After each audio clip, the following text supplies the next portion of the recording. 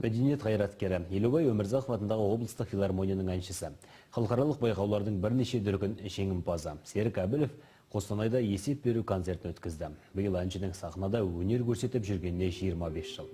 Әншіге қолдау танытып, шығармаларынан сусындауға жақындары, әріптестері мен тыңдармандары жиналды. Жерлестеріміз жанды дауыста жағымды музыка мен әсем әндерін орындап, халықтың қошеметіне бөленді. Концерттік бағдарлама отандық және шетелдік композиторлардың әндері шырқалды. Әуелі әнші гитара мен ән салып, одан кейін эстрадалық туындыларды орындады. Соңынан Серік Әбілов қазақ аспап оркестрімен бірге жиналған жұртшылықты тамсандырды. Все начиналось с 92 года. Менің шығармашылық жолым 1992 жылы басталды. Сол кезеңде Алматыдағы Чайковский атындағы музыкалық училищені бітіріп, Қостанайдағы облыстық филармонияға келдім. Тыңдаудан өткен соң осында жұмысқа қабылдандым. Содан бері қаншама жұмыс жасалды. Гастрольдік сапармен өңірдегі барлық ауылдарын араладым десе болады. Шетелдерде де болып, сондағы көрермендердің ыстық ықыласына бөленіп қайттым.